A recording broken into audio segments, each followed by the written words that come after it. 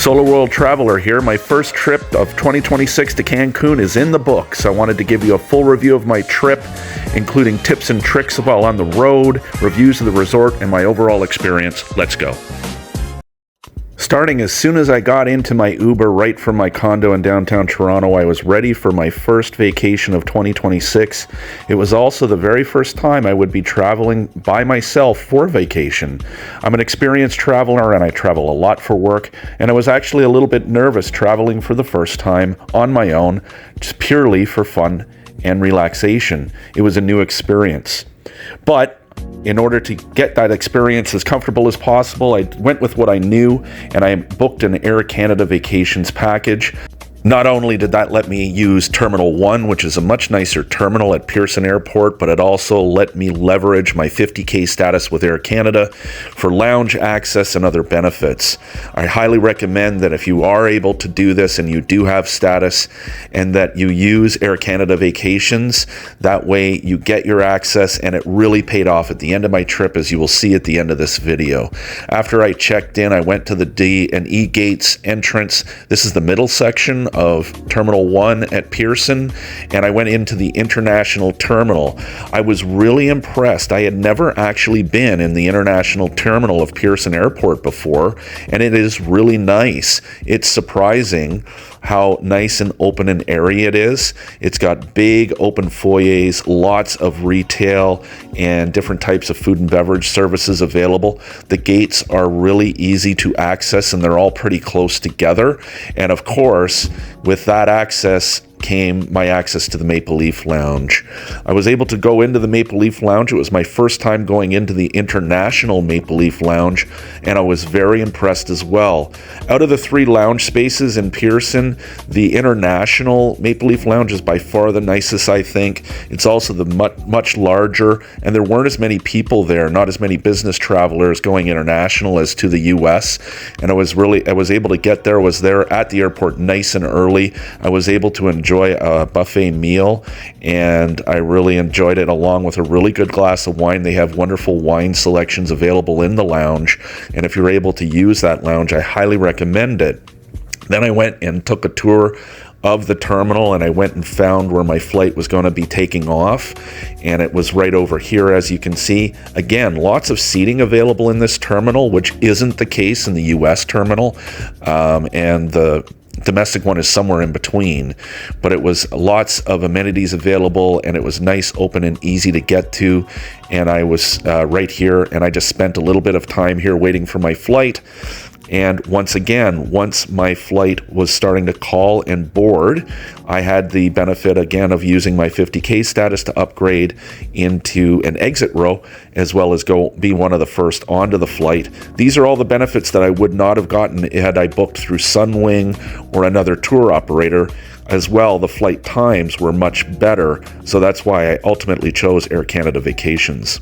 Once I was able to board my flight and I was able to get comfortable, I had an exit row, and the flight actually ran on time to Mexico. I was pretty surprised by that. We finally made it to Mexico in the evening now, and we finally made it into the Mexico airport, or Cancun Airport, I should say, and it was a pretty easy walk over to the baggage claim area. I will have to say that baggage claim in the Cancun airport, it's actually very famous for baggage taking a very, very long time. So you have to be prepared for this as a traveler, especially since I was by myself for the first time. Clearing immigration was easy, but it took almost 90 minutes for the bags to actually come out. Some people were very concerned, but I have to tell you, this is pretty much to be expected in Cancun Airport. You can try to do a carry-on if you can do it for a week, but I only recommend it if you're in zone 1, 2, or 3. If you are in zone 4, 5, or 6 on the airplane, you're going to end up having to check your bags anyways. And that's yet another benefit of being an Air Canada status member. Once we finally did get our bags, I was able to get out into the hotel transfer area. There was a bunch of people here waiting to go to different hotels all around Cancun and all up and down Hotel Row. They were a little bit disorganized, to be honest, but they finally figured things out. I was with another couple that was going over to the Grand Oasis Cancun.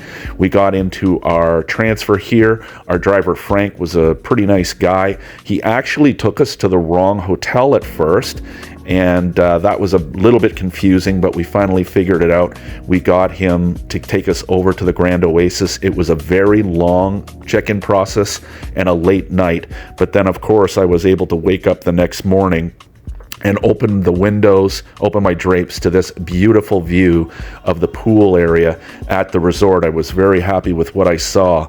Immediately then I started looking around and exploring the resort. That was the first thing I did on day one.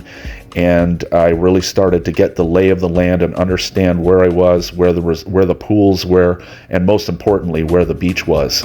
This resort is split up into 3 different resorts, actually.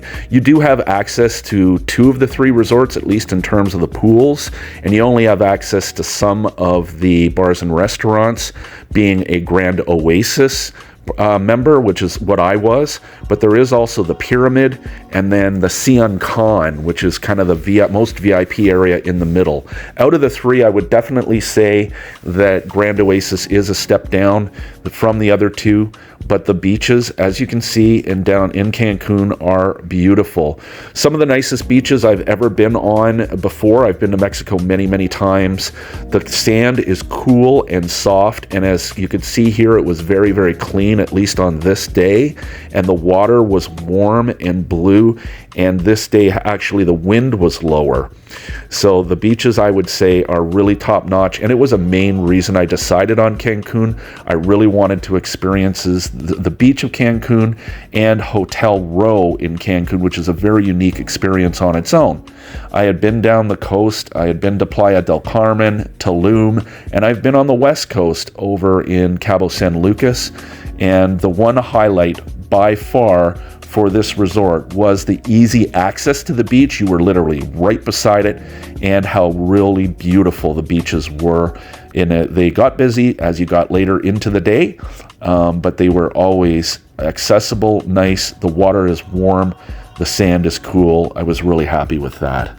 Another factor that I debated a lot when I was picking my location for my vacation was East Coast versus West Coast of Mexico.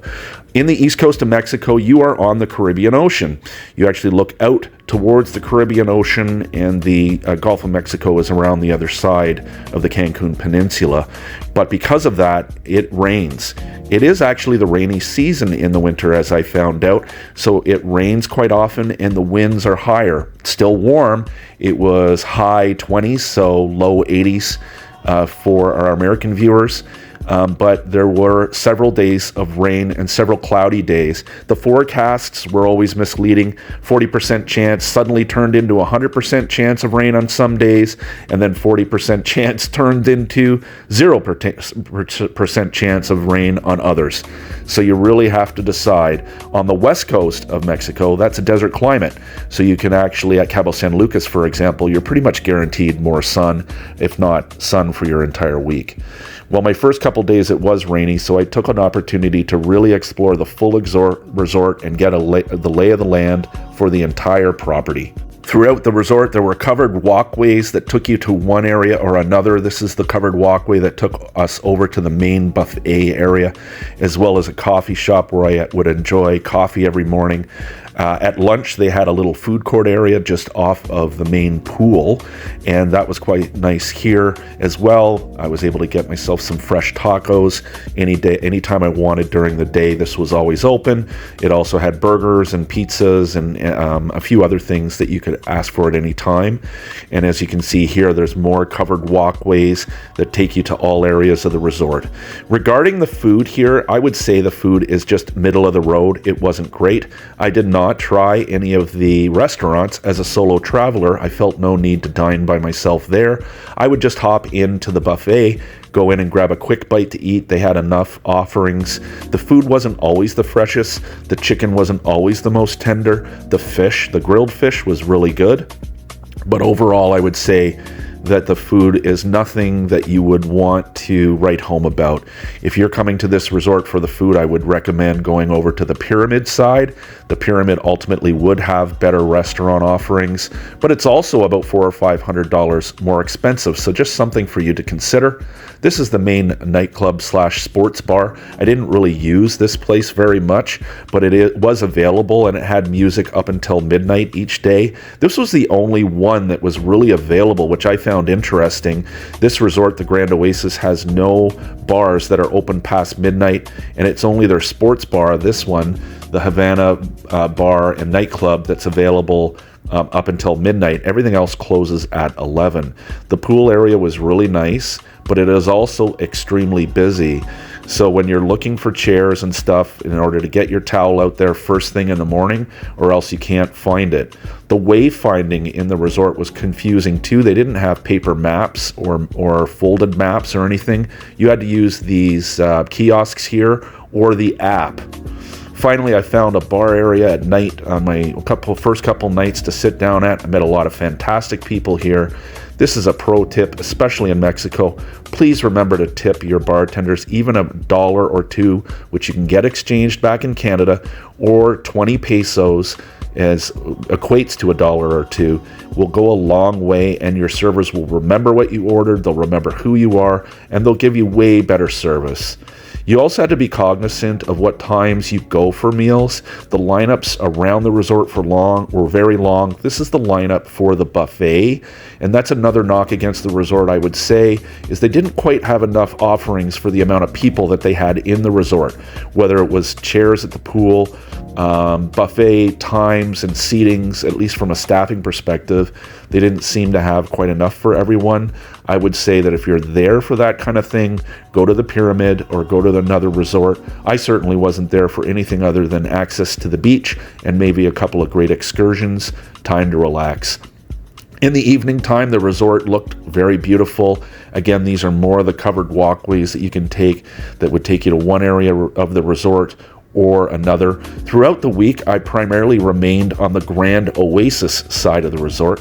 Had I to do this all over again, I would have spent more time over at the Pyramid side. Yes, you don't really get access to the lounges and such, but you are able to sit by much nicer pools, and it was easier to get seats over there, as I found out through my trip.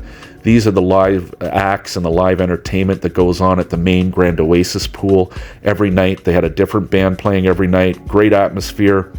Families and couples all gathered around from 8 o'clock onward, and they enjoyed the music. That was a really nice atmosphere. As it turned out, my room was right beside that area of the resort where the live entertainment was, so I was not going to bed until that was all over, that's for sure, because I could hear it from my room. But they were done by 11 p.m. every night, and that worked out perfectly fine for me. Most nights I just chilled out at the resort. Actually, every night I just chilled out at the resort. I didn't decide to go into Coco Bongos or anything like that. I'll explain that in a little bit later. But I did really enjoy this little area over here where this bar area was. I met people from all over Canada, all over the United States. And as a solo traveler, that's what I recommend you do. Don't be afraid to introduce yourself to people, talk to different people, learn about them. They get to know you. You develop some temporary friendships, kind of resort friends, if so to speak. It was a really nice crowd, and I really enjoyed meeting all the different people. Some of the sunrises early in the morning from Cancun are so beautiful. I got up one morning nice and early, and I took advantage of the breakfast buffet. I was really hungry, so I came out and I got these shots of the sunrise right over the Caribbean Ocean. It is a sight to see. You have to see it for yourself. It's one of the highlights of this resort, and for any of these resorts up and down Hotel Row in Cancun, this is what you're going to see every morning. You can't beat it. As I said, the accommodations at the Grand Oasis were very basic. I was actually a bit shocked about how rundown the rooms actually were. I wasn't there for the room. I didn't really care, but if that's something you care about, I don't recommend the Grand Oasis. Also, please remember, give a little tip to the people that clean your room. And again, it'll go a long way for them and you'll get better service. This is what I had available to me for my room. I had a little patio area out the back, and right over that grassy area there was the pool. So I could actually just chill out here, which was really nice. And again, the beaches in Cancun were top notch. You can't really beat it anywhere in Mexico, in my opinion, except maybe for Isla Mujeres, which I'll talk about in a little bit when I went on an excursion there. But it was really the highlight of the trip for me, was being able to stay out on the beach when it's sunny and when the wind is calm. It really is amazing. Every morning I would sit over at the coffee shop and I'd be joined by these guys. They had peacocks out every day. They were beautiful animals and they were not afraid. They'd come right up to you looking for food. That was a really interesting part of the trip. Finally, I decided to get up the energy to go down and take advantage of an excursion. I had met with the Air Canada vacations representative, Alejandro, and I came into the main lobby area here where all of the different tour operators are, and you have representatives there. You can take trips all up and down the coast of Mexico. There are catamaran trips. There are trips to different cities, tours of ancient ruins. There are ATV trips, skyline tours, or zipline tours, I should say. And these gentlemen here, for example, were there for their families. They booked a whole bunch of trips with Alejandro, and the packages were plentiful, and they were all around, I would say, $100 to $150. This is Alejandro. He's a great guy.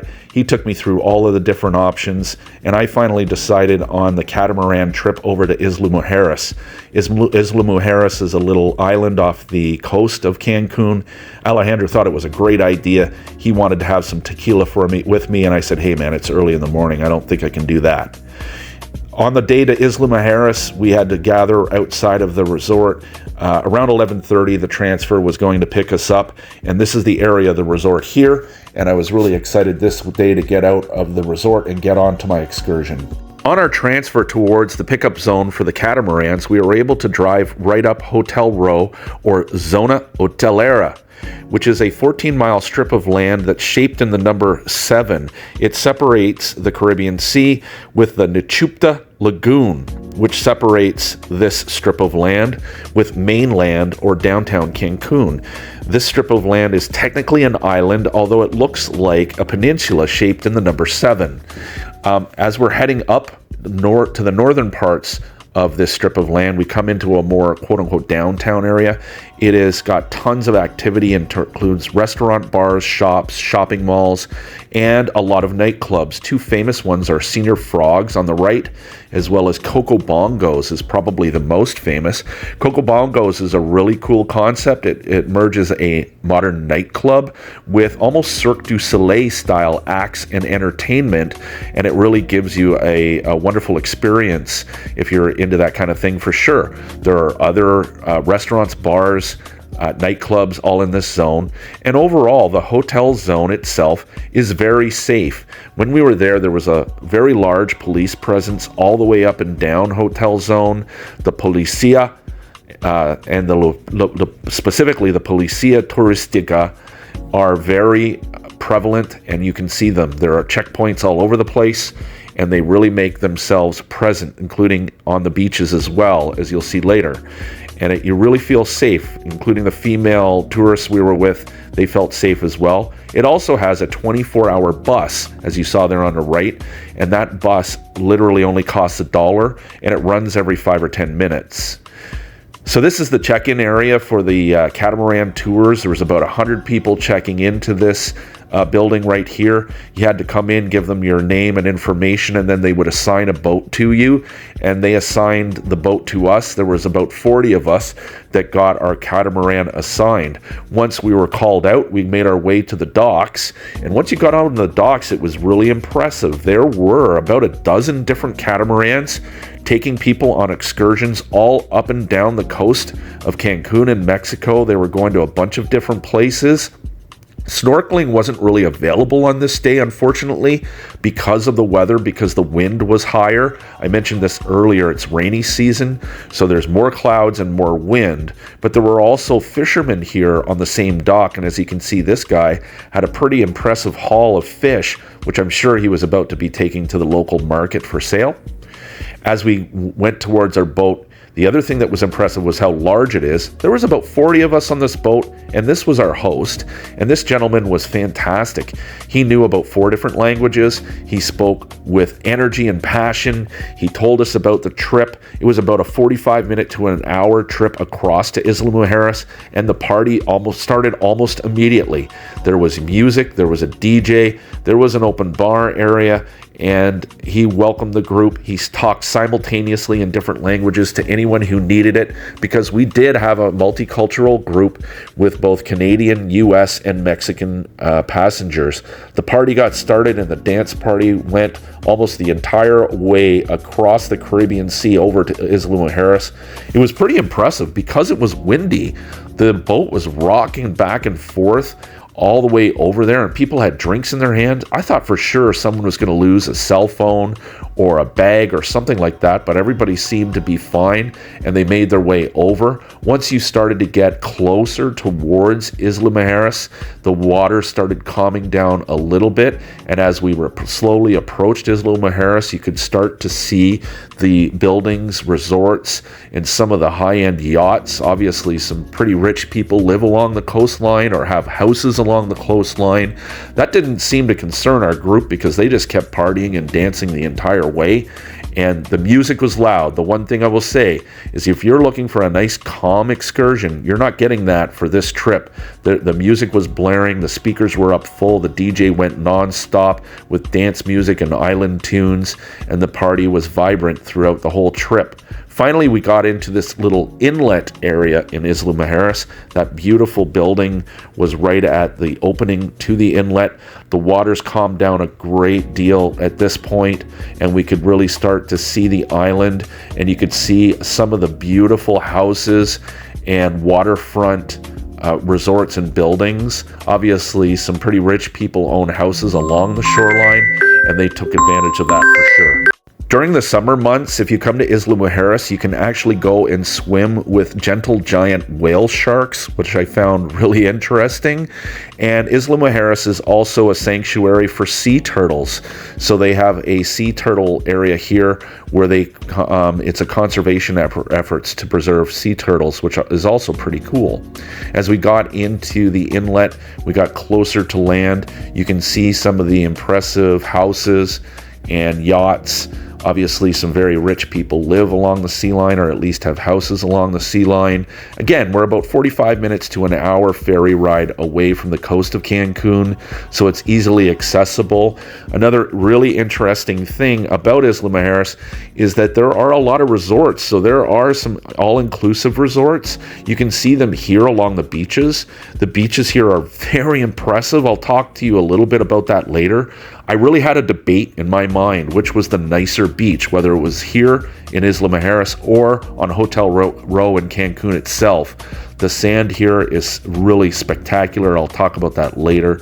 But these resorts, if you would rather have an experience that's a little bit away from the hustle and bustle of Hotel Zone in Cancun, a little bit quieter, and close to more traditional Mexican life, so to speak, the town here is much more of a Mexican vibe, and there's way more locals. Isla Mujeres might be the place for you. As we got off the Catamaran, we were able to get a free buffet lunch in this restaurant here, and the offering was pretty basic, but it was actually pretty delicious. I had myself lunch here. This little restaurant here overlooked the beach in Isla Mujeres. This whole area here was sectioned off for our catamaran itself, so we had this whole place to ourselves. Local Mexicans were serving up fresh offerings from the buffet, and our entire group was able to grab it. I sat here and I really enjoyed the sights and sounds of the restaurant. Obviously a ton of tourists, but my meal was pretty good. A couple tacos, beans, rice, and a salad. A little more basic, like I said, but it was very well prepared. So that part was really good. I was able to order some drinks from the bar as well if I wanted. This is a little bit of the tour that I took. As part of this tour, they actually gave us 3 full hours of time in Isla Mujeres to explore. And what a lot of people did, you just saw that there on the left, was you can rent out or book out golf carts. I think you can do scooters as well. I didn't check that, but as well as bicycles. But Isla Mujeres, it's not a huge island. It's just a long strip of land. So you can pretty much get in most of the island if you wanted to take a golf cart and explore the entire island itself. I really debated doing that, but I thought, you know what, I haven't walked all day. I really want to get my steps in and really explore this area, which was the little town that we first pulled into right when we landed. And of course, it was really a mixture of a lot of tourists and resorts along the water, and then more traditional Mexican businesses and Mexican people within the inner streets. As we walk up here, you can see the tourists along this strip of land, along this city and town, and there were a lot of people there. It was busy, but it really was kind of cool to see a little bit of this island life just off the coast of Mexico. It almost felt like in a completely different place, to be honest, than downtown Cancun. It has a completely different vibe. I thought this was really funny. You had very traditional retailers on carts offering papayas.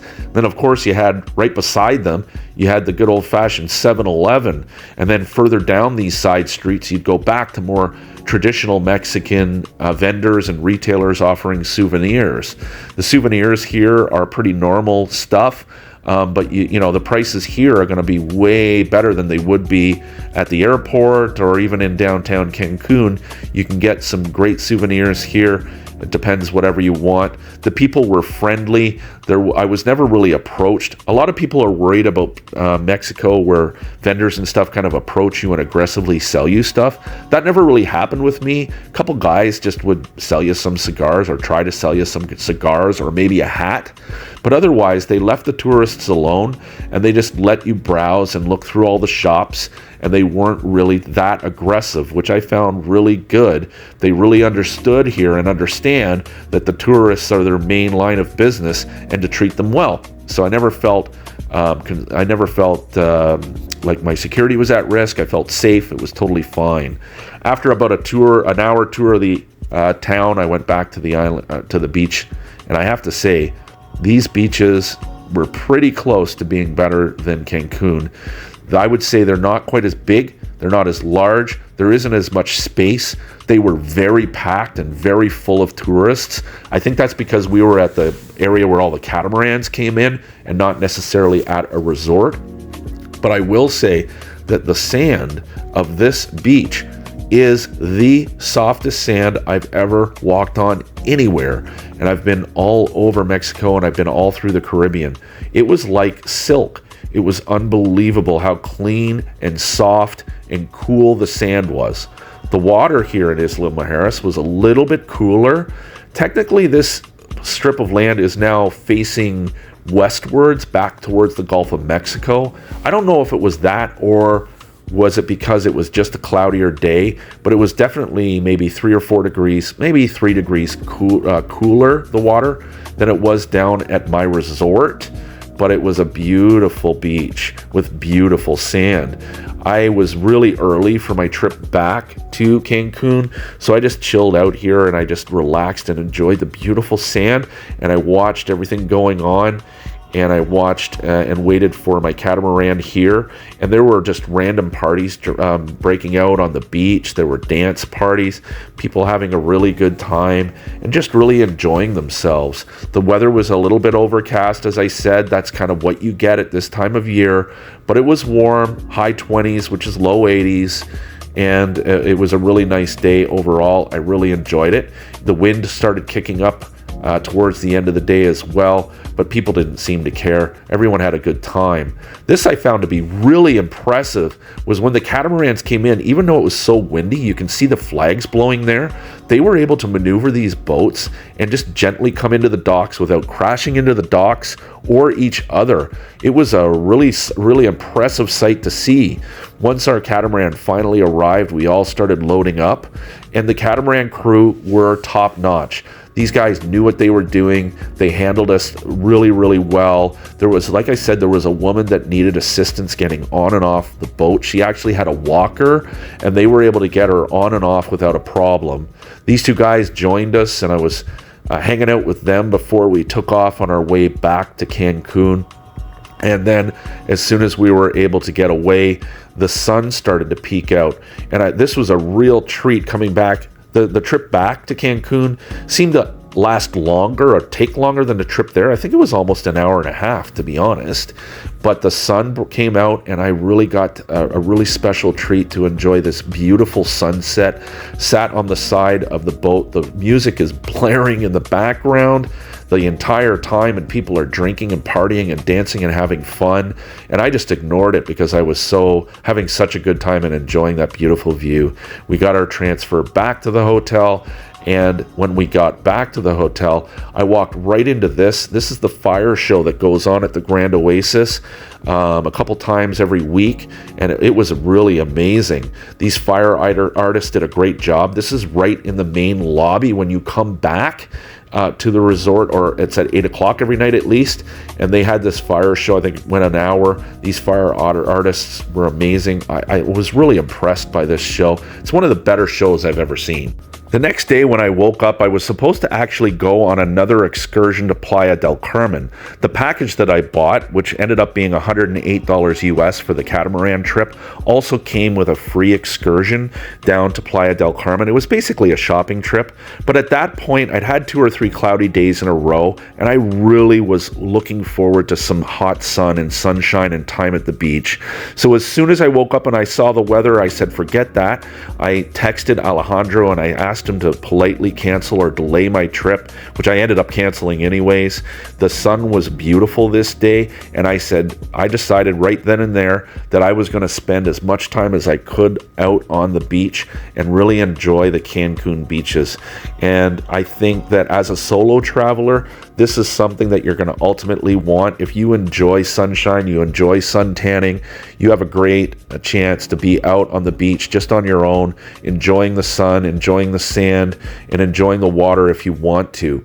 One thing I will say, which was very interesting, is that in the winter time, there isn't really supposed to be seaweed or sargassum that comes in. That's what they call it, that it comes in. It usually comes in the spring, summer, and fall. But because of the stormy weather, the sargassum had come in, so there was some seaweed on the beach. Another thing that people ask is, do you get harassed by people selling you stuff? This guy here was selling hats, but again, on the beach, I was also impressed that no one was selling me stuff. Also, people wonder about security. Are you going to get robbed on the beach?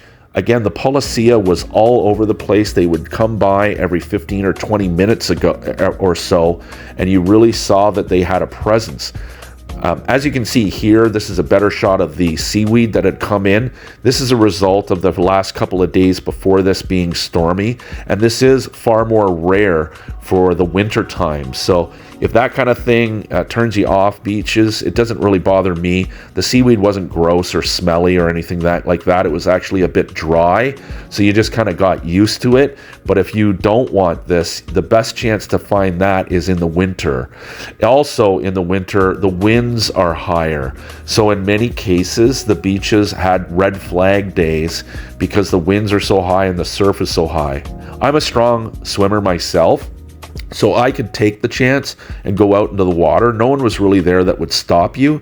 And then after a while, another thing I had to do was I had to take a break from the sun. I was getting a little bit of sun overload. So I would hide in this little coffee shop here. It was my favorite part of the interior of the resort. I could come in here and grab a nice coffee and kind of get myself rested.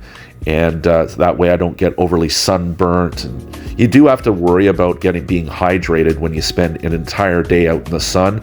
Something to think about.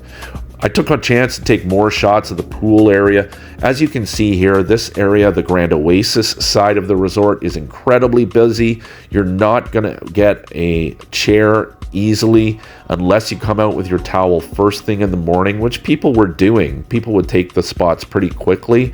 So that was a knock against the resort for sure. I don't really know why they wouldn't just put another 2 or 3 dozen chairs out for people. They seem to have room for it. So that's definitely one thing for at least the Grand Oasis side that I would say is a knock against the resort. If you really want to relax by the pool and have a chair available to you, it's going to be tough to do on the Grand Oasis side. You're going to have to go over and stay on the Pyramid side where chairs were way more available. This is the swim up bar. It was obviously pretty busy throughout the trip. People were always going up to it and getting a drink. This area over here seemed to have way more adults in it, of course, and the other side of the pool is where the kids hung out. I would say that even though kids are allowed and families are allowed, this resort is geared towards adults and young adults, including the beach club. And this is the beach club here. The party started every day around 3 p.m. and all of the people would have a good time. A lot of young people came in here. The party was rocking and rolling from about 3 until about 6 p.m. every day. And on really good days and towards the weekend, the party would get going even louder and even more activity in this area, especially on the weekend. Also on the weekend, these guys showed up and I was like, what the heck is this thing? And then I figured it out. I was like, oh wow, this is a device that they're going to use to create foam. Because of course, once they get this big machine out, the foam parties started. Now this seems to only happen on Thursday, Friday, and Saturdays, but the foam party was rocking and people were just out partying. It's a lot of young people. I would not recommend this resort if you are older, a solo traveler. If you're in your 20s and you're solo traveling, this is a great spot. Lots of young people to meet. Young people were meeting each other all over the place, having a good time. They were going out to the clubs in the hotel zone and enjoying themselves. That wasn't necessarily for me, but the overall weather on the last 3 or 4 days was perfect. Finally, I got to my last day, and of course, this always happens. On the last day of your trip, the weather's always going to be at the best. The weather this day was absolutely perfect, but my flight wasn't till nighttime. So at the beginning of the day, I sat here in this area just off to the side of the pool. I got a coffee from my coffee shop, and because I had the entire day and my flight at that point had actually been delayed, I took the advantage and I went around and I really explored the Pyramid side of the resort. As I found out throughout the week, this is the far better area of the resort to be in. The pools were way nicer, there were way more seats, and the beach club was way nicer. And with the Grand Oasis Pass, you could go over there, and I think you could get drinks from a couple of the bars. You just couldn't go to the restaurants on this side of the resort. But it was a lot more low-key, it was a lot quieter, and the beaches resort was amazing. As I got through the last day of my trip, the flight continued to get delayed. At this point, it was delayed about 2 hours, and I had had enough fun. I had lots of sun, and I had really enjoyed my trip, and I was actually ready to go home. And I think a great indicator of a good trip, especially as a solo traveler, if you are ready to go home on your last day, and only your last day, I wasn't ready to go home until then, I think that's a sign of a great trip. I got my hotel transfer back to the airport. Another great thing about the Grand Oasis, it's only 20 minutes from the airport. So, that's another plus for the resort. Again, you can actually take an Uber or a taxi if you want. I thought I was just going to take my transfer and get there super early. At this point, my flight had been delayed 2.5 hours. I didn't really care. It would give me some time to chill out at the airport and check things out. And there were no lineups and no crowds, and it was super relaxed, and I could just get my bags tagged. I could get them checked into this area here. As you can see, the lines aren't very long because the flight is literally about 3 or 4 hours away at this point. And so I then took the opportunity, and it was to explore the terminal.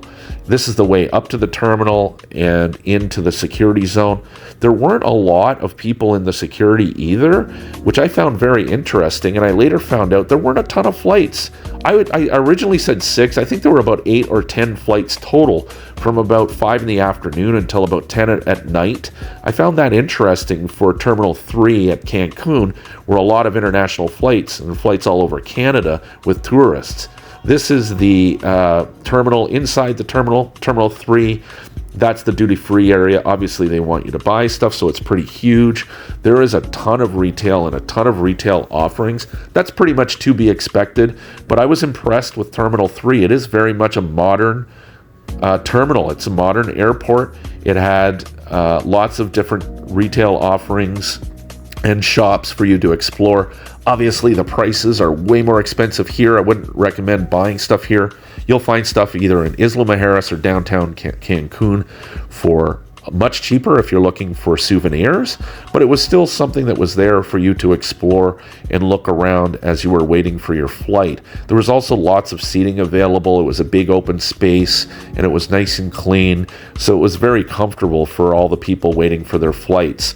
The one interesting thing I thought was that there weren't a ton of restaurant options in this area. I found that surprising, considering how long people usually have to wait for their flights. They had a Guy Fieri's kitchen and bar here. This is one of the largest restaurants I think I have ever seen in a terminal anywhere. I didn't end up eating there. I ended up eating at Bubba Gump Shrimp. I also wanted to watch some of the football games that were on this day. The football playoffs were going on, so I wanted to watch that. So this was literally the only place that was showing the American football games. There was a Margaritaville, as you saw earlier. This place, Bubba Gump Shrimp and Guy Fieri's, and that was about it. So I sat down, I got myself a hamburger, a good old-fashioned cheeseburger with bacon, and one last grande cerveza por favor. After my dinner, I went out and I saw that this is what most people dread. It's just a part of travel, and as a solo traveler, you just got to be prepared for it. My flight got delayed further. It was now going to be 3.5 hours delayed. I was going to be landing in Toronto in the middle of the night, but it was still going, so I just had to be patient, find a place to relax.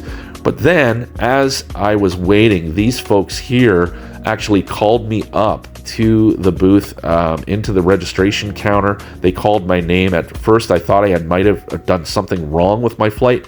I wasn't that sure, but I was pleasantly surprised. My 50K status paid off. They upgraded me to business class or first class, and I was going to sit in row 1F and take advantage of first class or business class Air Canada all the way home. So that made the trip home, while it was delayed, a lot nicer. This is my seat, and in my row, I'm literally in the first row of the plane. The seat is wide, the cushions are better, and it's a much more enhanced experience, of course. And there was a lot of space, but not a lot of foot space. I would talk about that later. This is the first class meal I got. It was a beautiful chicken and rice meal with salad. The wine was a white wine from South Africa. I think it was a Sauvignon Blanc, and it was really good. It was a cake for dessert, a nice, like a coffee cake and a bun, and it was really good. And this is the wine. It was all actually very well done. Now, people have asked me, is business class worth it? What I would say is, if you have a status upgrade and you get it for free, absolutely. But the exit row will give you just as much leg room, and if you're not hungry, it really isn't worth the price. As we departed Cancun, the clear weather gave us a gorgeous view of Cancun. You can see it here. Downtown Cancun, off in the top right there, you can see the hotel zone shaped in the number 7, and way off to the left there, you can even see Isla Mujeres. It was such a beautiful view, and it was a real nice treat as we left Cancun.